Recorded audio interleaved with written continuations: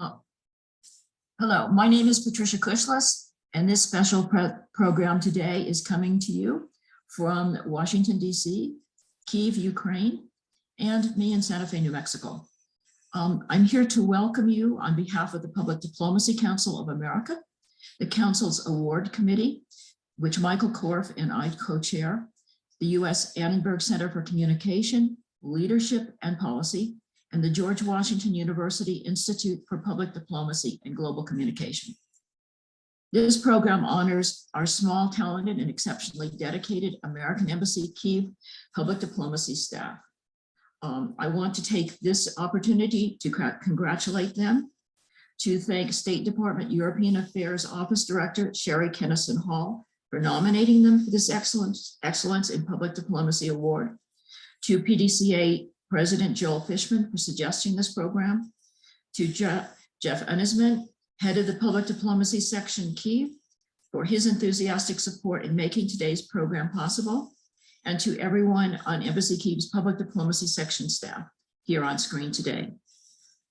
We look forward to hearing about what they said, what you did, why, and challenges you faced in the midst of the longest war being fought in Europe on European soil for over 80 years.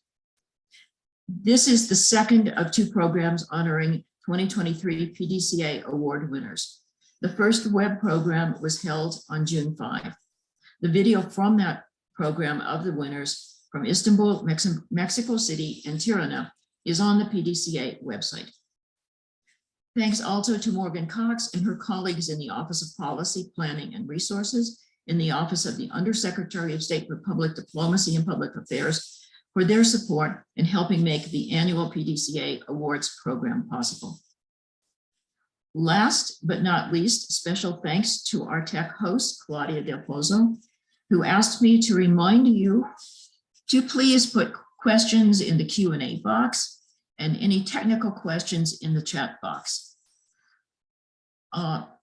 We will begin this program with a special video greeting from Ambassador Bridget Brink in Kyiv.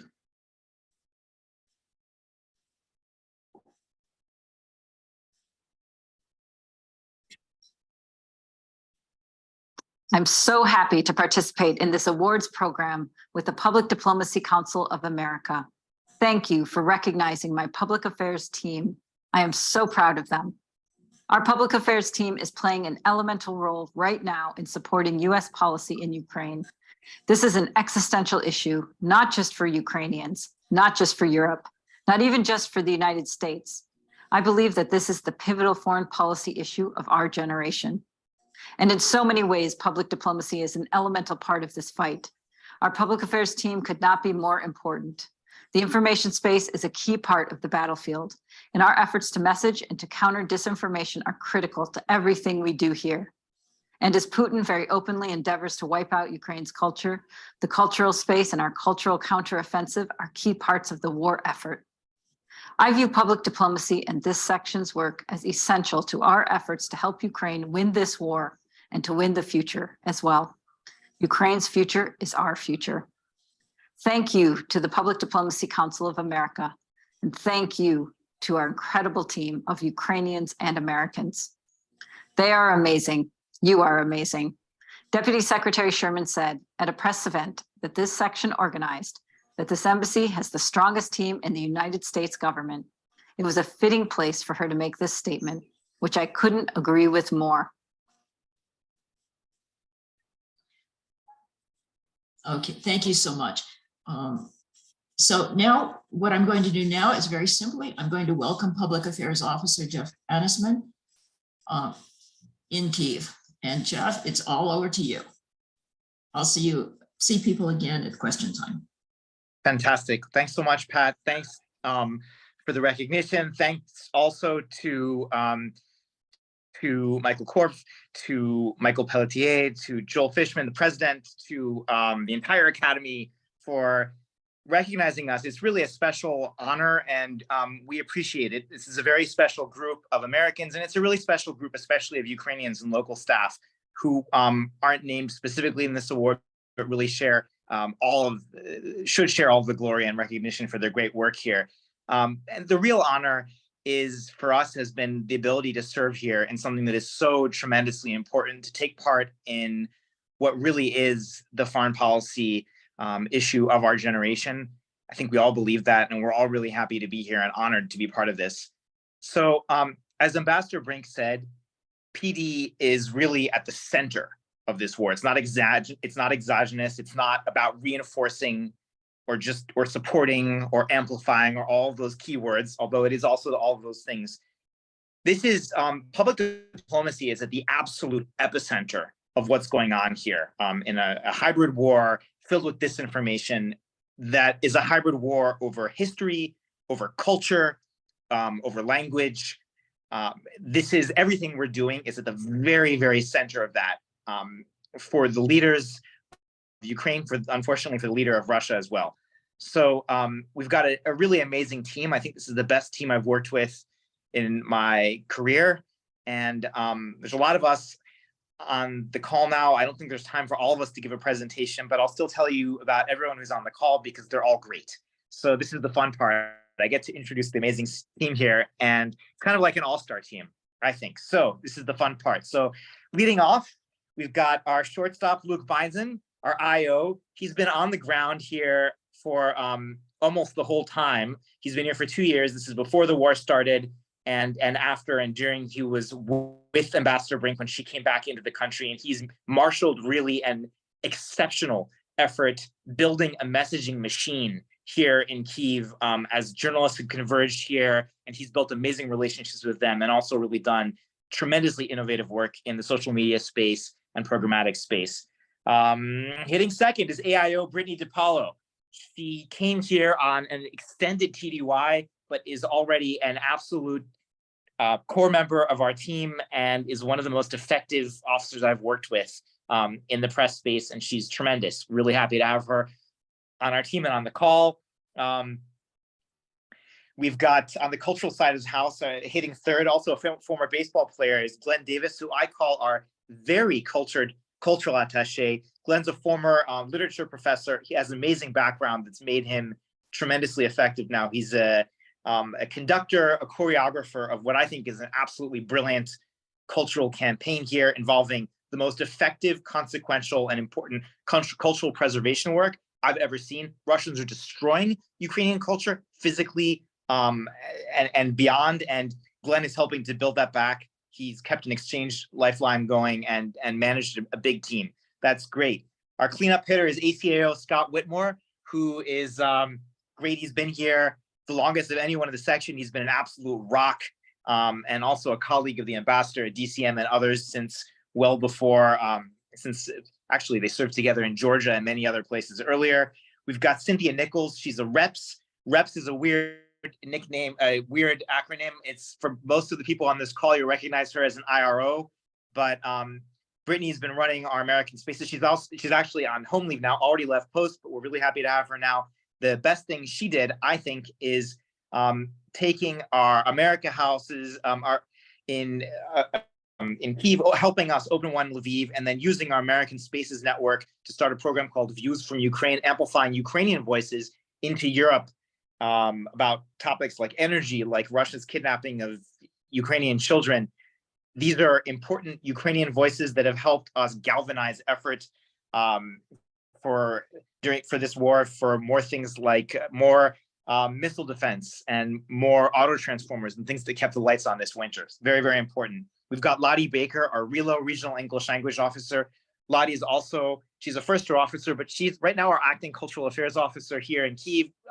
As we have reduced numbers and Glenn is out, Lottie is exceptional. And she also was very fortunate. My last job, I was PAO in Baku, and she was also working with us there. She is absolutely tremendous. We just did a program together working with kids at Access graduation, disadvantaged kids learning English, kids from Bakhmut, which, as you know from following the news, Bakhmut has been leveled. These kids are not in Bakhmut now, but we're still engaging and dealing with them and working with them. People thirst for English language. English is something that brings people in, and it's also a great way for us to engage and influence. And so we're so happy to have Lottie. And last but not least is one of the most inspiring people I've ever met, Tim Standard. Tim retired from, he's a Kyiv alum like me. He served here before. He retired to go back to his former job as a public school teacher. And then when this war kicked off, he came back from retirement as a WA year to come back and work here, and is one of the most positive, inspiring, and fantastic people I've met. Also a veteran of the Army, and I'm so happy to have him here. He's not still in Kyiv, but he's amazing. So in terms of the presentation of what we're going to have here, first we'll have Luke, our outstanding information officer. And I can say, as someone who used to be information officer here in an earlier incarnation, it is just really the best of the best. He's built a messaging machine here. He has done absolutely everything I can imagine. Then we'll have Glenn talking about the cultural counteroffensive, and then we'll be happy to open things up for your questions about our work, about PD, about Ukraine, and about what life is like here, because I know you'll have lots of questions. So without further ado, Luke, please take it away.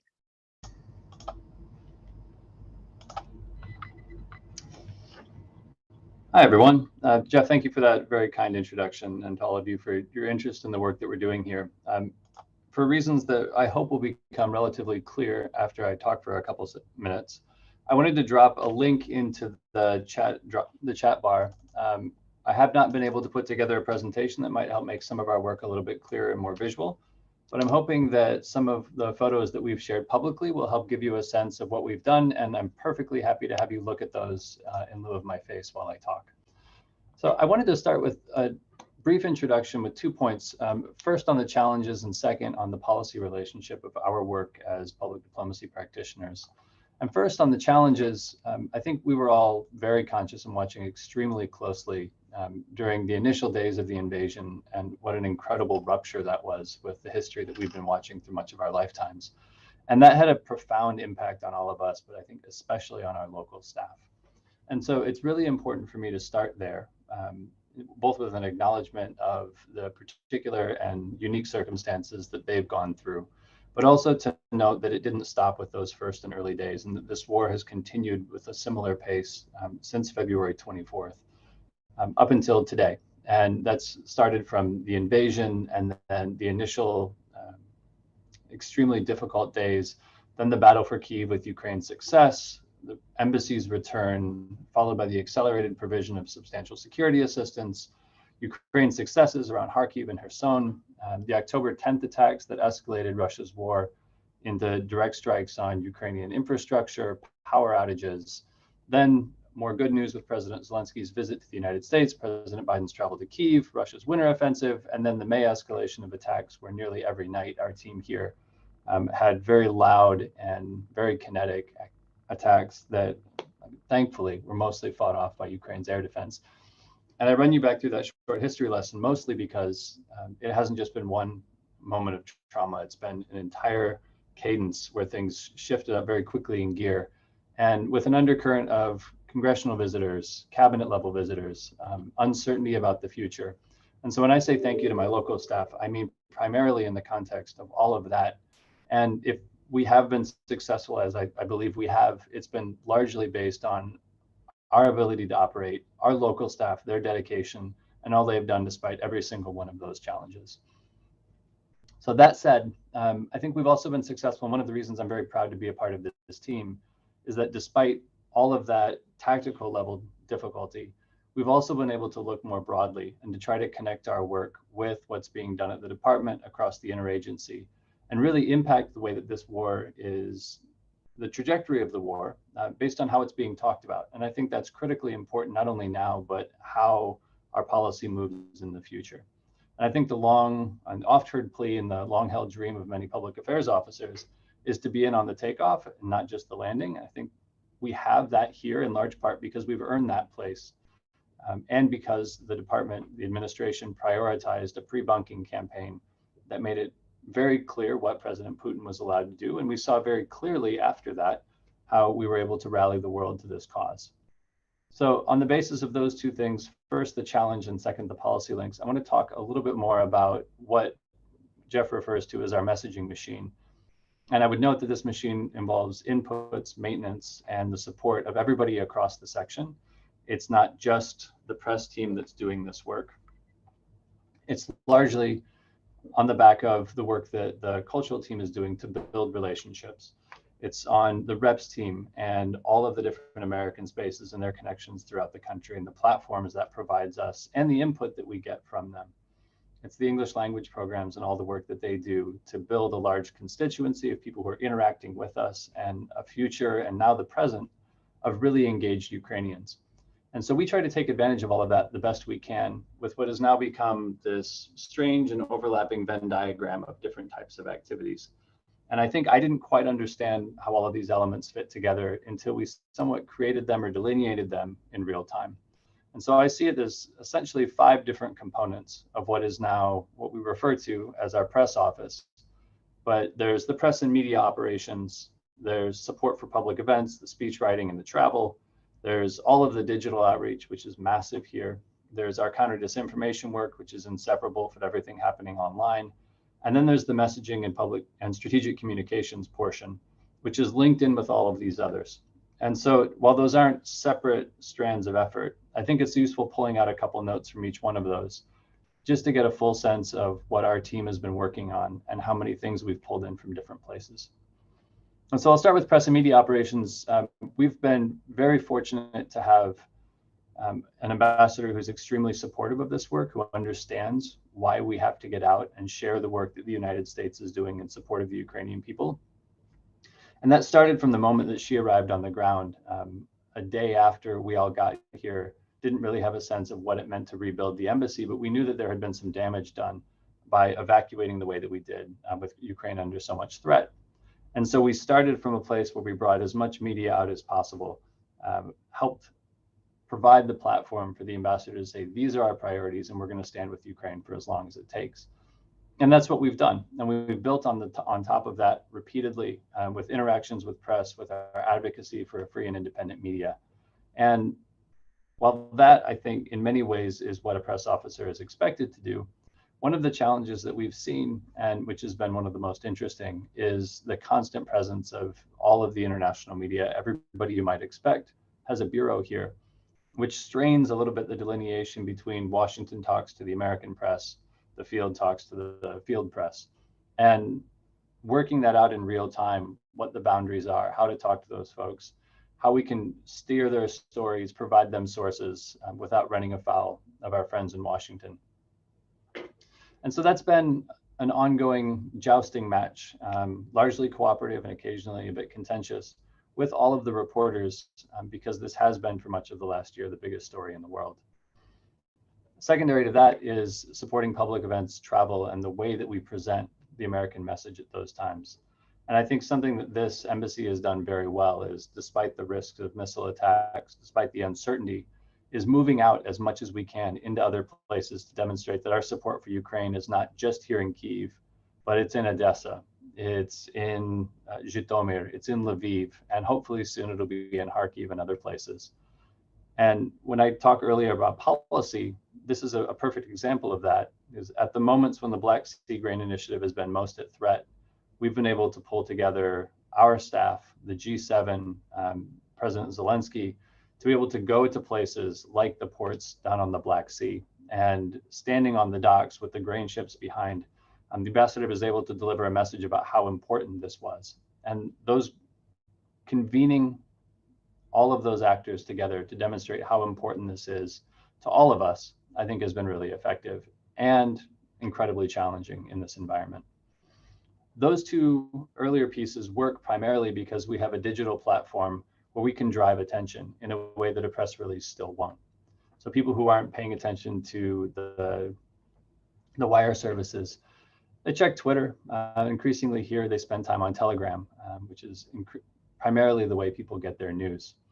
So these digital platforms are not new, but they do change in the way that they work and the form shifts. And they also require a more fluid conversation with our audience that is, 1, extremely difficult, 2, extremely empowering, and 3, introduces more uncertainty than I had experienced earlier in my career, where you get the guidance from Washington, you put something out. I know that crisis communications is extremely challenging for all of us who have the responsibility to reflect the American position in real time when circumstances are not yet accounted for by the guidance coming out of Washington. And that's happened 3-4 times a week, every week since all of us have been back. And that's incredibly exciting. It's the most rewarding and also the most anxiety-inducing part of my job. But it gives all of us the opportunity to feed in, and if we wait, we would miss it, but move the conversation forward, demonstrate that we stand with Ukraine, demonstrate to the rest of the international community the strength of our position. The downside of all of that is the same avenues that allow us to push the conversation forward also give an opportunity for our adversaries to muddle, to dissemble, to distract, and to outright lie. And so we've had to focus on how, with constrained resources in this environment, we're able to continue pushing back against Russia's disinformation. We've consolidated much of what we've done, but over the last 8 years, I think have built this incredible infrastructure that exists in Ukraine. And I think in a best case scenario, a good example of how this work best turns out, have been able to build a group of people who operate as a hub, who now no longer need direct US inputs or direct guidance as they did at the beginning, and are now doing that work on their own as leaders here and across Europe. And then last, before I close, I want to focus on the messaging and strategic communication side, where we are helping guide some of what's happening in Washington. I would not overstate my role in that, but helping to provide inputs on how to talk about these issues in ways that resonate not only with the Ukrainians here, but with European partners, and especially those in Eastern Europe who are looking for a new and stronger leadership role in how we push back on Russia's longer-term aggression. And then we bring those messages back here after we've been able to provide some input, and then we find a more receptive audience where we can bring Ukrainian actors, both civil society and in government, along so that we're all aligned instead of each throwing our policy position out and hoping that they present a united front. So I'll stop there or briefly, but I appreciate all the work that my colleagues have done to enable that work. It's not something that just the press office does. And I think the teamwork that even despite having a dispersed staff and rotations in and out of Kyiv has been incredible to watch it come together with incredible effort. And so with that, I'll pass it back over to Jeff, but also to Glenn to help explain some of the other work that may not be appearing in the news every day, but should.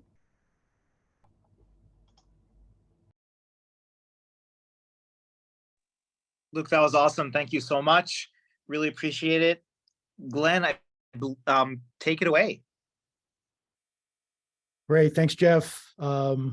Thanks, Luke. I think that what I'll focus on today, because there's such a wide range of things that we're doing on the sort of programming side of the house in the PD section here, is to just say a little bit about or elaborate a little bit more on some of those challenges, the day-to-day challenges that Luke alluded to. And then I want to talk very specifically about culture, what it means to do cultural programming in the middle of a war. And what, as we've been calling the cultural counteroffensive looks like, all to get at sort of the relevance of public diplomacy for U.S. foreign policy here in Ukraine and in Kyiv generally. And I should say, and I think I speak for my colleagues in this, there's really nowhere I'd rather be working right now. I mean, I think this is the most important current foreign policy priority for us, the U.S. government. I think a lot of us admire greatly the resilience and spirit of the Ukrainians, and to be able to support that, to be able to work alongside them and alongside our other colleagues in the mission is just an enormous privilege. And it comes with its difficulties, but I would say that they're outweighed by the rewards for doing this kind of work. So the question I think that was posed for us for this session, right, was what's it like to work in a PD section at an American embassy during a time of war? And, you know, there are a lot of challenges on a regular basis that we face. Air raids. The first weekend in Kyiv was when Putin launched the first of the cruise missiles several of which landed sort of just north of where we were staying, destroyed some major cultural buildings, which we are now in the process of trying to help fix. There are movement restrictions, as there are in other battle zones, places that you can't go or that you'd like to be. We also have a personnel cap where we can't have sort of all of our people in at the same time necessarily. And consequently, for PD, this is important because what we do is outreach to Ukrainians, and outreach really has to be back and forth, right? I mean, you can always message from afar, and to a certain extent, you can listen a bit from afar, but you can't really engage in that sort of dialogue that allows you to understand better, what local needs are, what's really happening in this country, that you're an outsider to, and that's pivotal to have those kind of experiences, which are almost always need to be face to face and in country, and we've managed to continue it despite some restrictions that make it hard for us to do. There's also a considerable number of managerial challenges and obstacles. It's very important to keep in mind that your local staff has families in country. Sometimes they themselves are in country. They have spouses that are fighting in the front lines or relatives that are there. And so while we face the need to get work done in a very high pressure environment, you can't forget the needs of your people, the human needs. What was last night like in the air raid shelter? How's your family doing? Do you need extra time? And I think this extends across, even to our staff who've been out of the country, because we have had many LE staff relocated to temporary to TDYs in other countries in Europe, which has posed a different set of challenges in terms of managing. You have people on different time zones. You have them working somewhat for the local embassy as well as for you. And so keeping that working so that we're still able to get our work done is a challenge. I should say, in terms of local staff being in other embassies, we've been able to turn that into an advantage for us. We did a lot of sort of great programming in different countries in Europe for the commemoration of the beginning of the full-scale invasion in February 24th. And a lot of that programming was influenced and carried out by our Embassy Kyiv local staff who were in other countries. So they were able really to have a big effect, I think, on responses to the war and support for Ukraine outside of Ukraine. I think that was a unique sort of circumstance for us. You can't do on-site grants monitoring, right? In a country known for corruption, that's difficult. And you also have strategic challenges, right? And I think any veteran public diplomacy officer knows that, your ICS is always going into obsolescence, but in a crisis, it rapidly becomes obsolete, right? So you don't have like a clean set of priorities. You don't have any strategy documents that are based on it. You don't have time for strategic planning. You have little time to do reporting. There tends to be interruptions in the continuity of American leadership at posts like this. So this also poses, I think, important challenges for people in a crisis environment. I think Luke alluded to the way that, the press team, and it's been quite remarkable, has been able to handle or build like a long-term strategic campaign, even while they've been doing it sort of bit by bit, right? So rather than stepping back and doing a month-long planning process, to be able to put something that's coherent in the long term as you're responding to local situations. We've had to do something similar on the cultural side as well. And so to this list of challenges I think we've all faced, I would add one, specifically speaking as the CAO, which is, what is the relevance and role of culture and education in a country at war and under attack? I mean, I think nobody would deny that security assistance is the first thing, the most important thing that Ukraine needs, and we've already provided $40 billion in that. Direct budget support for the government is the second thing, and we've provided $23 billion in that. Humanitarian assistance to IDPs, refugees, and other peoples affected by the wars. All of those things are very pressing needs, and rightfully so. The winning in the information space, right? The need for strong, regular, responsive, and targeted messaging. I think that's also acknowledged, and I think we've really shown the value of that here in Kyiv. But I think if you go back and think about the merger and the bringing of USIA into state, I think in many ways the last hurdle for PD is integrating the programmatic side of the house, culture, exchanges, grants, education, civil society development, with the policy. And I think Kyiv is a very important case study in the fundamental relevance of all of public diplomacy, of strategic integrated public diplomacy. And I think to show that, I'll focus specifically on the cultural piece in just the next few minutes. Culture is especially important here because Russia denies Ukraine's independent identity as a people and as a nation with its own culture. And so defending Ukraine from Russian aggression also entails defending its culture. Russia's war aims not only to take Ukraine's territory and deprive it of its sovereignty, but also its independent national identity. And Putin made this clear in his Crimea speech back in 2014. He's continued to say very similar things in his messages to Russian audiences. And other Russian leaders continue to say that Ukrainians do not have a separate history, they don't have a separate culture. And this means that cultural sites and objects that do demonstrate the independence of Ukrainian culture and national identity are explicit targets of the Russian war machine. One of my first sort of visits with somebody here was an American who has an NGO that works on cultural heritage preservation. And he had just come back from a trip to Kharkiv, and he had photos of statues in these villages outside of Kharkiv city that had simply been machine gunned by Russian soldiers. And there's zero military value to this. They're just statues of Ukrainian figures that they simply wanted to say these people don't, or these symbols don't have a right to exist. And we saw it in the looting in Kherson of both the Ethnological Museum and the Art Museum there, the burning of the Ivan Kyiv Museum. There's been countless examples of explicit targets of targeting of Ukrainian cultural sites by the Russians. So culture is not an addendum. It's not an extra in this fight. It's somewhere in the middle of it. And so supporting Ukrainian culture, and that means supporting its artists, its performers, its institutions, both its tangible and intangible manifestations of that culture, and its past achievements, as well as its capacity to create new ones. Doing all those things is a key factor in both winning the war and winning the future, which is our shorthand for kind of our big policy goals here. When I had my first meeting with a senior official here, I went into a room. It was this beautiful old reception room with huge 20-foot ceilings, long drapes, faded wallpaper. I felt like I was in a 19th century novel.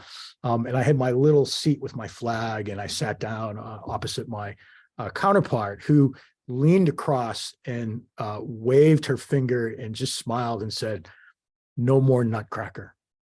And it was a very peculiar way to begin the conversation, but in many ways a very apt one, because what it shows is just what a soft power catastrophe this invasion has been for Russia. It's been just an extraordinary drop in Russian influence here. Even if we look at surveys and evidence from just prior to the invasion, there was still considerable Russian influence in Ukraine. And now we're just seeing an extremely rapid throwing off of centuries of colonial domination in the cultural space. 70% of the library books were Russian, right? Russian music, Russian plays dominated Ukrainian stages, right? The names of the museums were very often Russian names. And all of this is being rapidly purged as a consequence of Putin's war. And so this particular fact, right, this no more nutcracker fact, is both a direct and very understandable response to the war on the part of Ukrainians, but it's also an enormous opportunity for the United States.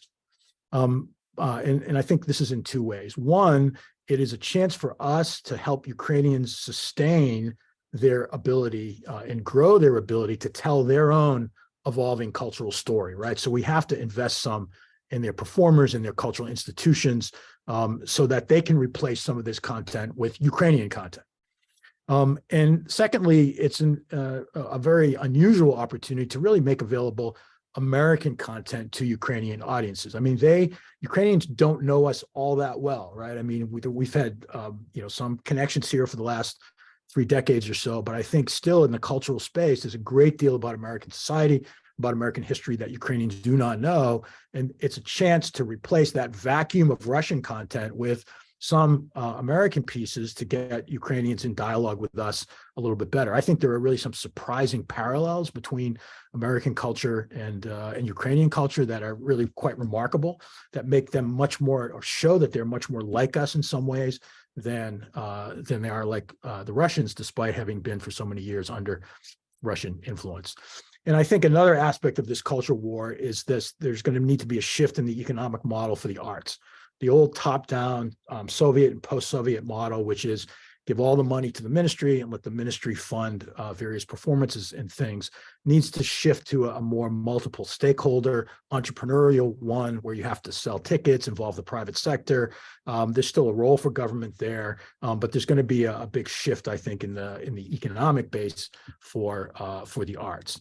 And so the cultural counteroffensive that Jeff alluded to before is like an 8-part strategy to help meet some of the needs that Ukrainians have with PD programming and support.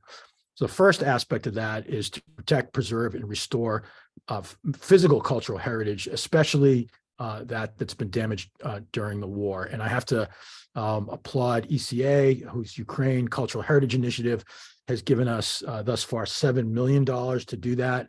We have $3 million right now and an active rolling Ambassadors Fund for Cultural Preservation pot of money, which we are evaluating proposals for now to rebuild, restore, stabilize, in some cases document damage. The second wedge is financial support for performance and events. So, doing PD, if you wanted to introduce that American element, all of you have experience doing this. We'd bring an American musician or an American dance troupe or an American writer. But we, because of travel restrictions and things like that, are not able to do that in Kyiv right now. And so what we've just issued is a NOFO with our 0.7 money to invite Ukrainian performance groups to put on performances that include American works or works that are connections to the United States. So it would be performed by Ukrainians for Ukrainian audiences, but with an American element. And we're looking at, we're taking in now proposals for that request now. But that's our way to meet that content need that I was talking about before. We also want to help try to prevent and reverse the brain drain of cultural professionals. And we have some exchange programs and other things that are doing that. Number 4 is to partner with U.S. museums to build the capacity of Ukrainian museums. This is critical because the accountability for the war will not only take place in a legal space. It's not only going to be about international tribunals or special tribunals or places where war crimes and other things of that sort can be adjudicated. It also will take place for generations of Ukrainians among the people themselves. So how Ukraine tells the story of the war, what happened in it, what's happened over the last 30 years, and even before that, but particularly since 1991, that will help determine national identity for decades. And so supporting them is important in this regard. And we just finished a single country project, which was an exchange program where we sent 7 people who are redesigning the Holodomor Museum in Kyiv to the United States to travel and visit, and particularly to look at museums that memorialize historical traumas, which are difficult to represent to audiences, difficult to sometimes factually, verify, et cetera, and to look at how those things are handled in the United States and to see what they can do in Ukraine with that. Number 5 is to support translations. This is old school PD, but it's been very important here. Important books by Timothy Snyder and Ann Applebaum have been translated by Embassy Kyiv. into Ukrainian and in some cases Russian, to get those to audiences that never had access to some of the history told in those particular books. We have a new solicitation out for that now. We're also including US college courses that we're making available on online platforms, translated again from English into Ukrainian to help support the cultural counteroffensive. And there's three other things I'll mention very quickly. One is support for an independent film industry, and we've been working very closely with ECA, with Global Media Makers and American Film Showcase to do this. Support for Ukrainian cultural performances and exhibits in the West so that they can show some of that culture, which is theirs, uniquely theirs. We helped support the Shedrick Choir's performance at Carnegie Hall last December. And finally, we have some programs out there to help create this new arts entrepreneurship paradigm, which they will need, I think, in the future. So that's the 8-part cultural counteroffensive. Those are matched kind of 8 specific needs that the Ukrainians have articulated to us in several different formats, and with different kinds of programming that we have with the support of ECA, with post funds, with other kinds of programs that we do to help meet each one of those. So now I'm only talking about culture here. I haven't said anything about our fantastic media literacy program that we do through IREX, all our great English language program that Lottie's been doing, our America House outreach through all the spaces in Ukraine that Cynthia's been leading, and Tanya as well. Our Democracy Commission grants, our Media Development Fund. There's a great deal going on here, but this is just the focus on the cultural side. And so I want to conclude by just saying something about the exchange lifeline, which Jeff alluded to. So despite evacuation, war, moving of most local staff to safer places where they could work, we have maintained a steady flow of several hundreds of participants on IVLP programs, Fulbright programs, post-funded exchanges, Humphreys, Flex, UGrad, and everything else you can think of. And that has been uninterrupted, essentially, for the last year and a half. And I think it's an enormous achievement for this team, who've overcome many challenges to do that, including restrictions on the travel of middle-aged men, difficulties with visas since we didn't have a consular section that was working for a great deal of time here. And I think that these programs, we call them a lifeline, because in order to win the future and build that democratic future that Ukrainians have overwhelmingly chosen for themselves in 1991, in 2004, and again in 2014, they need to maintain those connections with best practices, to learn them, to find partners in the United States, and to get that sign of hope that there's an outside world out there for them to relate to, in which they can come back to Kyiv. And I think one of the things we're very proud of is that we've been able to maintain that. When I came here, somebody told me that the revolution of dignity never would have happened without the Flex program. And I believe that. And I think if you're looking for the policy relevance of public diplomacy, Ukraine would be your first example. Thanks. Glenn, thanks so much. I just want to say 2 quick things. One is talking about Russia shooting itself in the foot. I served here for my first tour, 2002 to 4, and the most popular politician in Ukraine was Vladimir Putin. Ukrainians said, we have Kuchma. Why don't we have someone strong like Putin? And man, they don't think that anymore, which shows you that how his own goals started well before. Ambassador Brink said in a recent interview, someone said, well, this war started in 2014, not now. And she said, no, this war started in 1991 when Russia started trying to grab other parts of the former Soviet Union, other countries in Georgia and Moldova and elsewhere. This is, I think you've seen some of why we have just a really tremendous, inspiring team, folks who've been here before, who've come back, and also new people. And I just want to say a huge thanks, I don't think I did before, to Sherry Kennison Hall, who I see is on. She's our wonderful EUR PPD office director, who's given us great support, is passionately supportive of Ukraine, nominated us for this award, and is actually coming out TDY to be ADCM here for a stint now during a big transition this summer. So she's another person who's really just stepping up and getting things done. So thank you so much, Sherry. I don't want us to eat up all the Q&A time, so happy to stop there.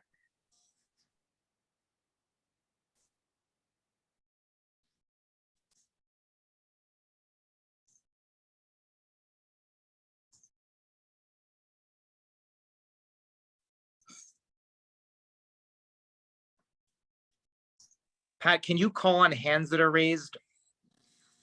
Yeah, You want to? well, at the moment, I'm trying to get back on screen.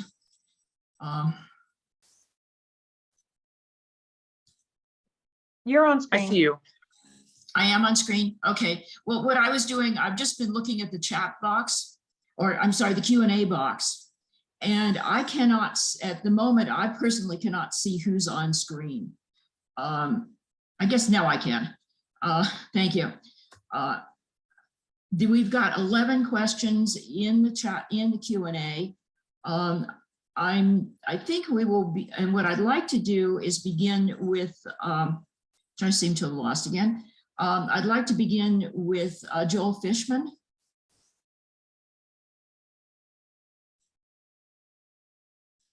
Well, thanks, Pat. Thanks, Joel. I guess I'm back on again. This is weird. Okay. There are several questions in the chat about dealing with Russian disinformation. But let me add to that a little bit. Are you facing a critical element within, or internal element within Ukraine, critical of the U.S., critical of the current Ukrainian government, and how are you dealing with it, if it exists? I'm happy to just say quickly that we have a lot of polling data that show Ukrainians have completely changed how they view the United States, which might not be that surprising, but they're tremendously supportive of us. Whereas before the war, they were not as supportive of NATO. Now they're tremendously supportive of NATO. Our approval ratings are stratospheric. They're well over 90%. Same with President Zelensky. He's a master communicator and a wartime leader as well. We've got views here also are much more in line with US views than before the war in other areas like China. China used to have a positive reputation here. No more, partly because of their association with Russia and because of our views as well. But I'll leave it there. Luke, you may have more on this specifically. I think that's an interesting way of leading into a conversation about disinformation. So there absolutely is a greater recognition now than at any other time that the United States is Ukraine's primary partner and incredibly important to its survival and its success. But Ukraine remains a country at war facing an existential risk. And I think that comes with a certain volatility in public opinion, as we saw recently with the Kyiv Dam. And Ukraine came out very strongly, and the United States has not yet been able to officially attribute the attack to Russia, which has provoked something of a backlash. And while I don't think that will undermine the long-term recognition of the important role that the United States plays, it does remind us that there are vulnerabilities and that being a steadfast supporter to Ukraine will help make sure that this generational shift in recognition of our two countries as partners in Ukraine's long-term transition, that will be cemented and continue. But I think it's worthwhile looking at the disinformation that's coming in from outside because it hasn't stopped. It remains in much the same form, both in its messaging and its avenues. It's lost some of the primary amplifiers in the pro-Russia channels and outlets that used to exist. Many of those have been shut down, no longer operate, and or have wisely shifted their editorial model in order to succeed away from some of the overt and divisive messaging they were doing before. So really quickly, what we do is to support and sustain the organizations that do the work now. They produce reports, they do incredible research, they do cutting edge work looking into what Russian messaging looks like on Telegram versus on Viber versus on TikTok and Facebook and all these different platforms, how it differs, where it comes from, and track IP addresses back to its source in Russia. And so that research is great, but we also want them to be able to expand the people that they're working with in order to help share that. The research in and of itself, kept amongst a very small group of people, isn't effective. So our role in our funding is helping them to find platforms where they can disseminate that information to help interrupt the avenues and the messages that Russia is trying to put out into the world here. Next, we're trying to nurture those platforms, and that's everything from the the Ministry of Culture and Information Policy's Center for Strategic Communications, which has acted as an organizing hub for many of those organizations themselves, but also to support Ukrainian voices in getting the message out. So we work with influencers who directly go and counter those narratives to their audiences of millions online across different platforms, and then help those proliferate in response to and often in advance of what Russia is putting out there. But one thing I wanted to note in particular is supporting Ukrainian voices is also about thinking about those important themes and how we can make sure that journalists, thought leaders, publics across Western Europe, the United States, and beyond can understand from a Ukrainian perspective how this war is operated. And something I wanted to make sure that Cynthia had a chance to talk about was the Views from Ukraine program, and how that was a really important way of injecting viewpoints from really credible Ukrainian speakers at really key moments in conversations to help shift those. And I think we talk about disinformation here in this environment, but it's a much broader problem that doesn't stop at borders. So Cynthia, if you want to take a moment and chat about views for a moment, I think that would be a really useful thing to highlight. Sure, I'd be happy to. So what we did is we tried really hard to move with the moment, find those key topics, and we created an online program essentially that we found Ukrainian thought leaders that we could help tell the story and counter Russian disinformation. We went and found people out there that could help tell the Ukrainian story that would counter the Russian narrative that was out there. And then we created an online platform that would allow us to have a closed conversation with European leaders, thought leaders, people who were diplomats and world leaders, and people who could help change the narrative throughout Europe, throughout the world, so that we could fight that narrative that Russia was putting out there on a more on the ground level, so that we wouldn't necessarily have to amplify it in a massive way, but we could actually get it to the people that needed to hear the story. And so Views from Ukraine, we had these moments where we had these one-on-one stories, we had these conversations with journalists and these Ukrainians that could actually tell what was going on, these one-on-one conversations. And then after we had these one-on-one conversations, we would tell these stories. We allowed, afterwards, we would have these, we broadcast it out to everyone, and then we had breakout sessions with journalists after we broadcast it to throughout Europe, and it helped actually change kind of the narrative. And I really think it made a massive impact throughout Europe and throughout the world.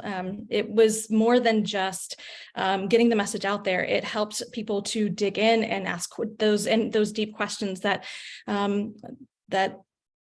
they could actually dig into and really inquire into it. Thanks, Luke.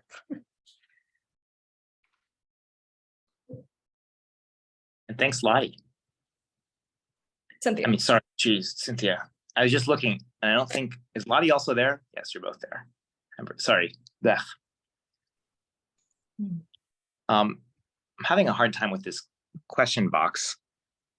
Me too. Okay.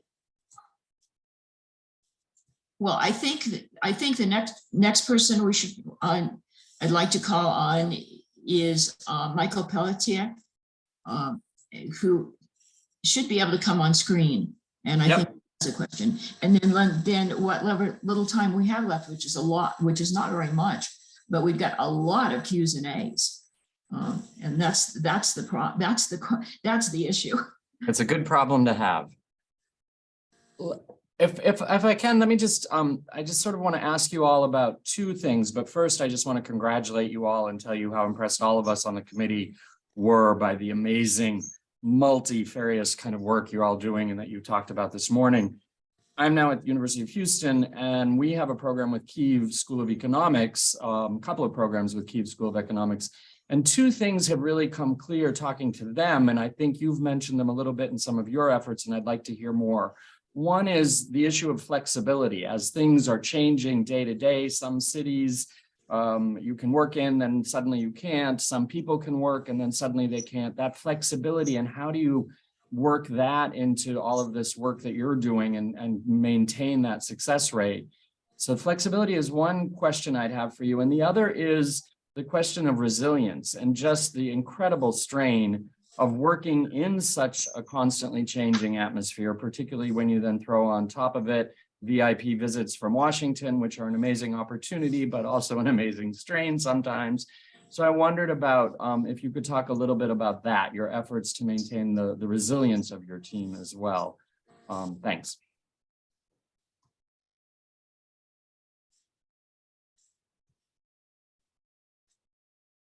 Happy to take this one unless someone else would like to jump in who hasn't gotten the chance to speak yet.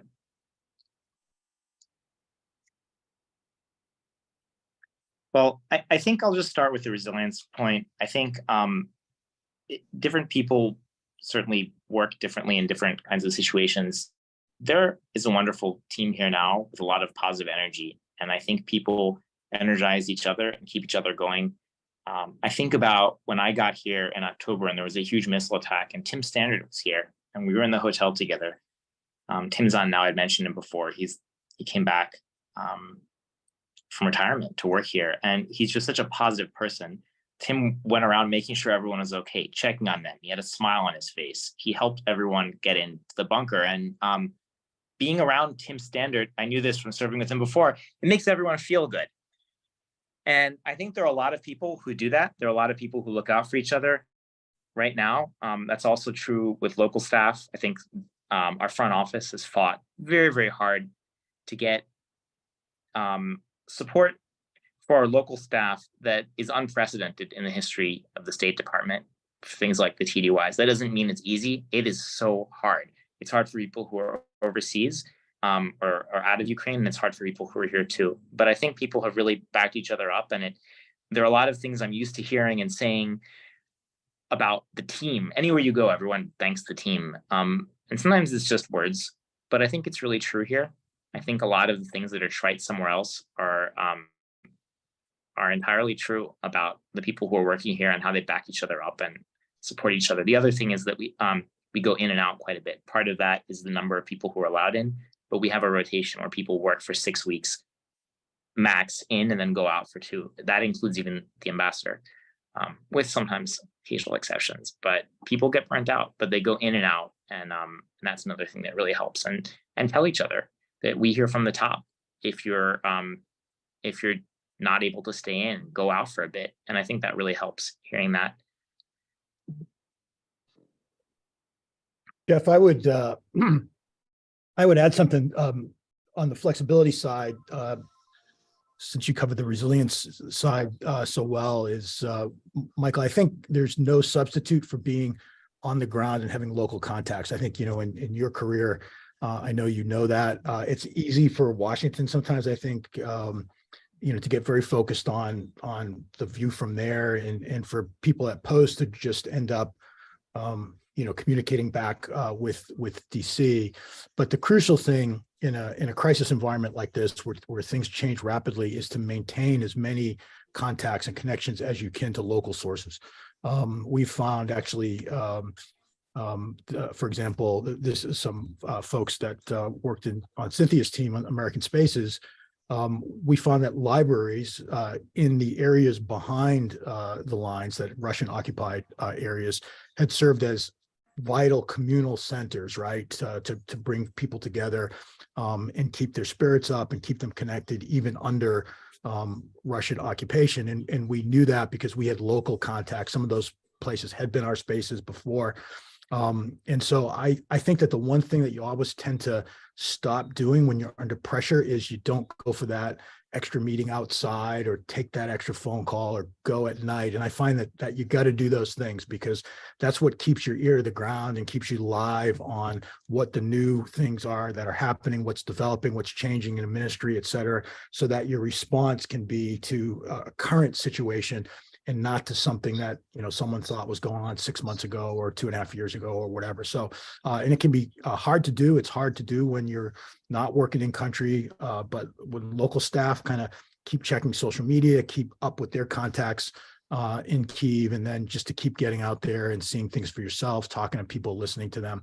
I found it just immensely valuable. The first several weeks that I was here, I was stuck in Poland because I got in quick for a while and then I got out. And when I could get back in, it made all the difference. I was then able really to figure out what the needs were and to come up with some plans for how we might help meet them. Okay, we've got a lot of questions in the question box, and as I think we're probably a little bit over time right now, what I would like to do is maybe, if I could, and maybe Jeff can help me, is maybe take one of the things that I keep see reoccur in terms of questioning, and it relates to dealing with Russian disinformation. And a piece of it is an interesting comment is what are the Russians doing wrong, and how do you deal with, and how are you dealing with Russian information? And I think you've answered some of it already, but not what the Russians are doing wrong.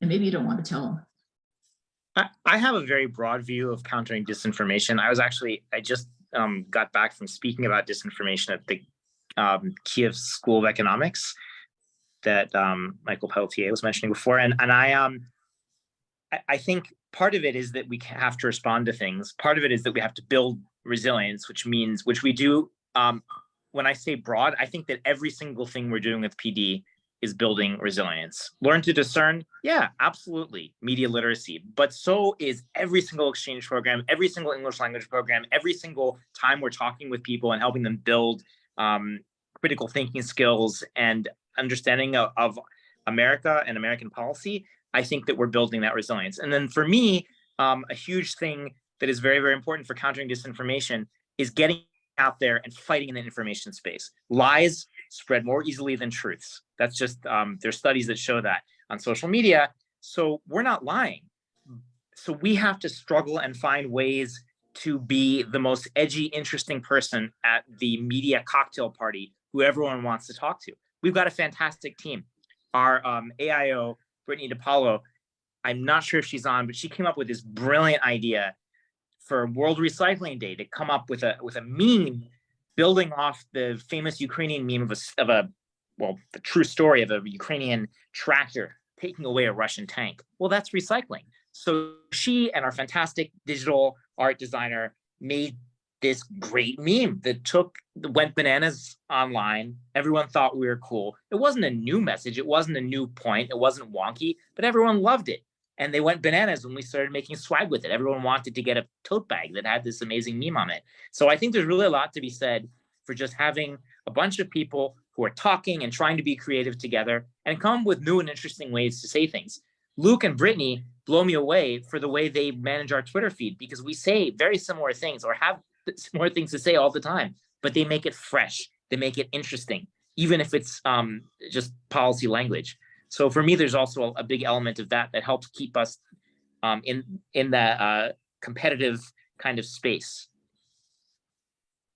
So Russia may have a lot of trolls, but they don't have a lot of heart. And I think that's what they're doing wrong. But that's just me. I like that. Jump in quickly on that one. I think in the early days, we saw Ukrainians absolutely winning the information war. And they used a lot of incredible tools like Zelensky's evening address, decentralized civil society, really engaged public, a lot of media that pulled in things from the front quickly. And they were incredibly good at that. And Russia made some strategic errors in assuming that they would win quickly and were not prepared for how they would cover up and dissemble through a war that extended and also included significant losses. I think they've actually recovered. And so I would say Ukraine won the first round and Russia is punching about even since then. And I think largely because they can use the same tactics that they always have and are extremely good at and have well resourced over time, which is lots of different online resources for spreading inconsistent messages to different audiences without any care about whether or not they are in fact aligned. Their official spokespeople can say 3 different things, all of which are contradictory in the same press conference, and they're not concerned about that. And I think they do that very purposefully. and it's effective because what they're really hoping to do is pull out those different messages, or if I can ascribe intent, they can pull out those different messages, use them with different audiences, and use them as different messaging boxes. Even though they came from the same principle in one context, they end up working with particular audiences in the United States, across Europe, in Africa, and elsewhere. And so I think it's really important that we don't think that just because Ukraine and the United States did a remarkable job in the lead up, that our messaging from here on out is set on a course of success. I think we need to continue looking at Russia's incredibly diverse and devious toolbox and find other ways of making sure ours is fit for purpose as well.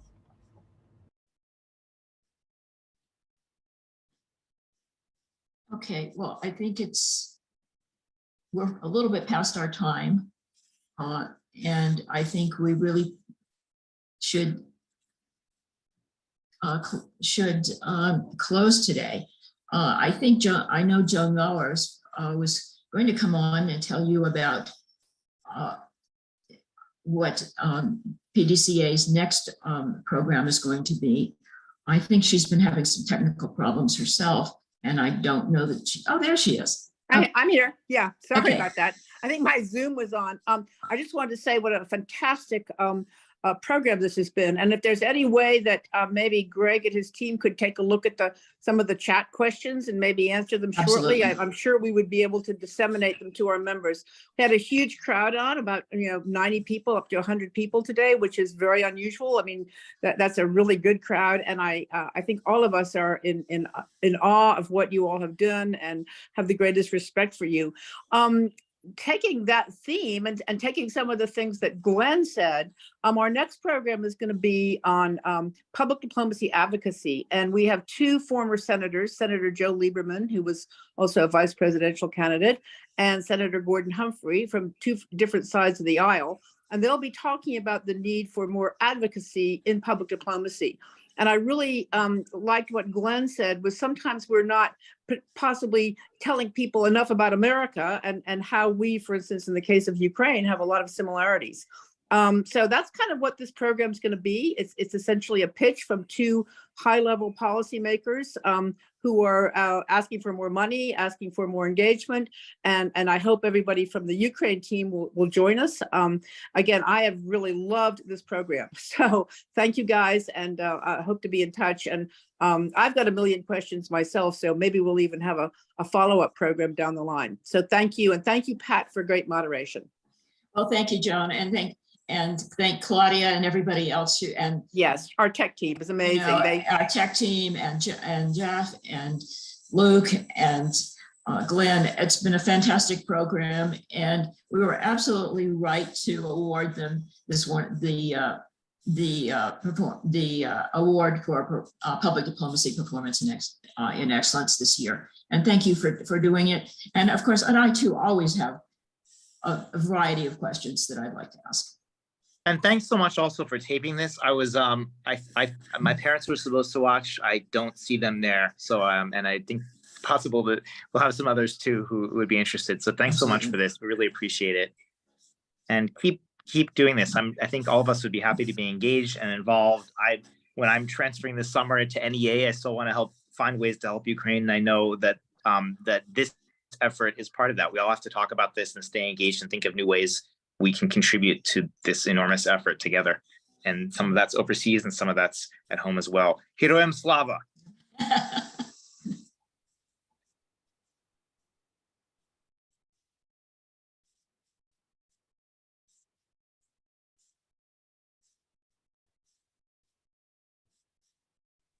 Take care, everyone. Thanks so much.